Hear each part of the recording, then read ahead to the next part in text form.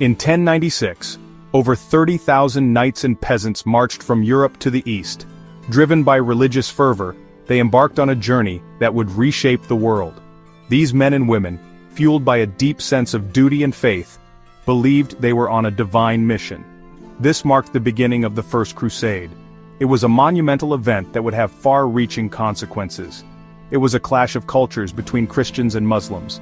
The Crusaders, with their cross-emblazoned banners, faced off against the Muslim defenders who were equally determined to protect their lands. The Crusaders, hailing from various parts of Europe, were a diverse group. They came from different regions, each bringing their own unique perspectives and traditions. They carried with them their own customs, languages, and beliefs. This diversity, while a source of strength, also posed challenges in terms of unity and coordination. Their destination was Jerusalem, a city of immense religious significance to both Christianity and Islam. For the Crusaders, it was the ultimate prize, a holy city that symbolized their faith and devotion. The journey was arduous, filled with hardship and danger. They faced treacherous terrain, harsh weather, and the constant threat of attack.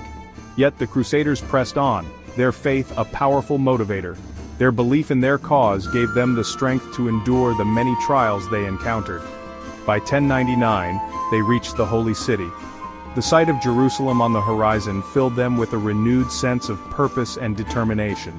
A brutal siege ensued, resulting in the capture of Jerusalem and the death of around 10,000 inhabitants.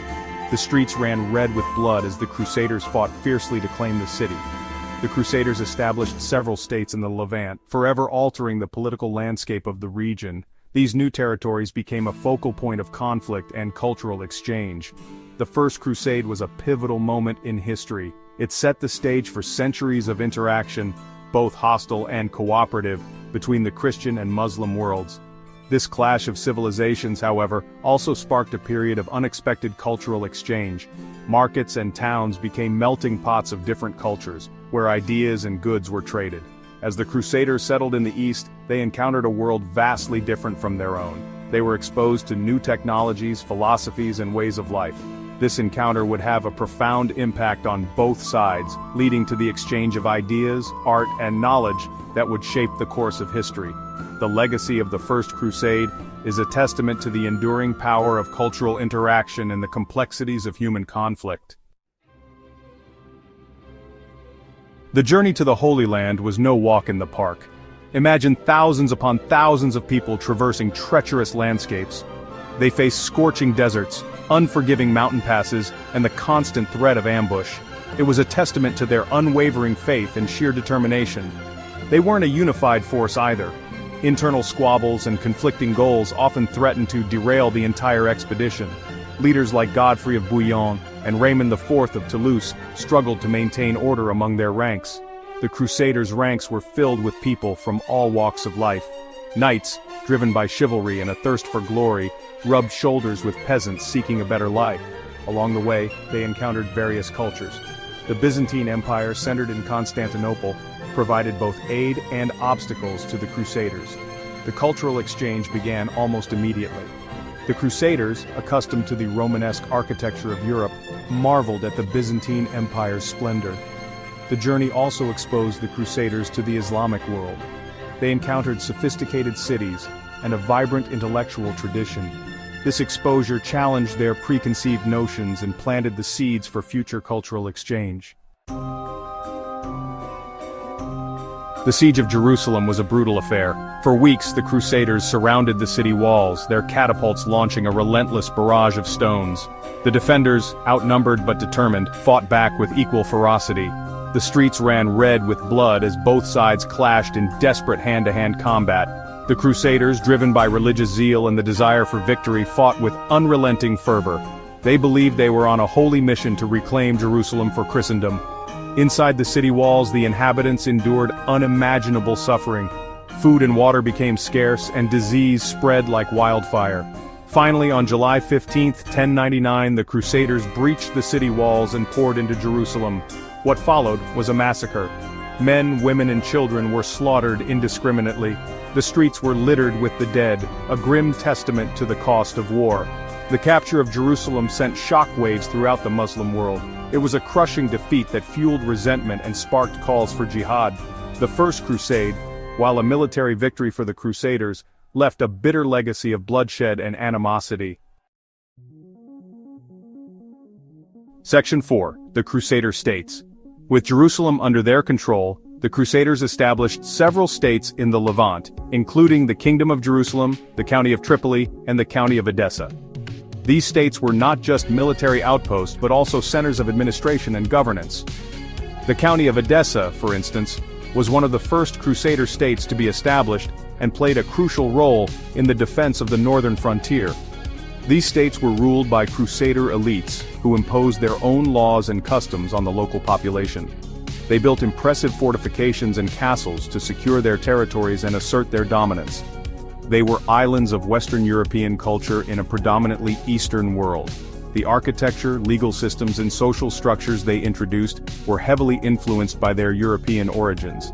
The presence of these Crusader states had a profound impact on the region. They altered the political landscape and created new dynamics between the various powers in the area. They served as a buffer between the Byzantine Empire and the Muslim states to the east. This strategic positioning made them crucial players in the regional power struggles. They also became centers of trade, connecting east and west. The Crusader states facilitated the exchange of goods, ideas, and technologies between different cultures. The Crusaders, despite their military ambitions, were not immune to the allure of Eastern goods and luxury. Spices, silks, and other exotic items found their way into European markets through these states. The establishment of these states also led to increased interaction between Crusaders and the local population. This interaction was not always peaceful, but it did lead to significant cultural exchanges. Marriages between Crusaders and local Christians, as well as Muslims, became more common. These unions often served to strengthen political alliances and foster mutual understanding. This intermingling of cultures led to the spread of ideas, languages, and customs. The Crusader states became melting pots where East met West in a unique blend of traditions. However, the Crusader states were also a source of tension and conflict. Their presence was a constant reminder of the Crusaders' military conquests and the territories that had been taken from Muslim rulers. They were constantly under threat from Muslim rulers who sought to reclaim their lost territories. This led to numerous battles and sieges, making the region a hotspot for military activity. The Crusaders, for their part, often found themselves at odds with the local population, whose customs and beliefs they often failed to understand or respect. This cultural disconnect sometimes led to friction and unrest. Despite these challenges, the Crusader states left a lasting legacy in the region. Their influence can still be seen in the architectural ruins, historical records, and the cultural exchanges that took place during their time. Section 5. Bridging the Cultural Divide. Despite the bloodshed and conquest, something remarkable began to happen: a cultural fusion. The Crusades, often remembered for their violence and religious fervor, also served as a bridge between two vastly different worlds. The Crusaders, initially contemptuous of Eastern culture, began to adopt elements of it. They were exposed to new ways of life, new ideas, and new technologies that they had never encountered before. They developed a taste for Eastern spices, which were not only exotic but also added new flavors to their otherwise bland diets. Silks, which were softer and more luxurious than anything produced in Europe, became highly sought after. The influence of Eastern architecture began to appear in the buildings back home, blending styles to create something entirely new. Their own art and literature began to reflect these influences. Manuscripts and paintings started to incorporate Eastern motifs and techniques, enriching European culture in unexpected ways. The locals, too, were affected by the Crusader presence.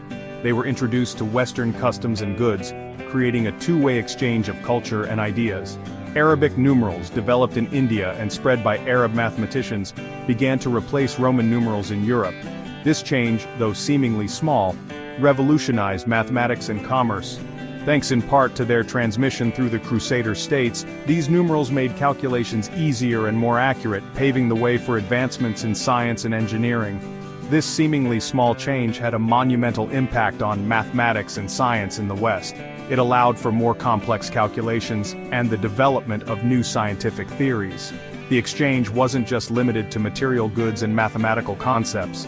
Intellectual and philosophical ideas also crossed the cultural divide, enriching both societies. Philosophical and theological ideas also crossed the cultural divide. Scholars from both sides began to study each other's works, leading to a deeper understanding of different worldviews.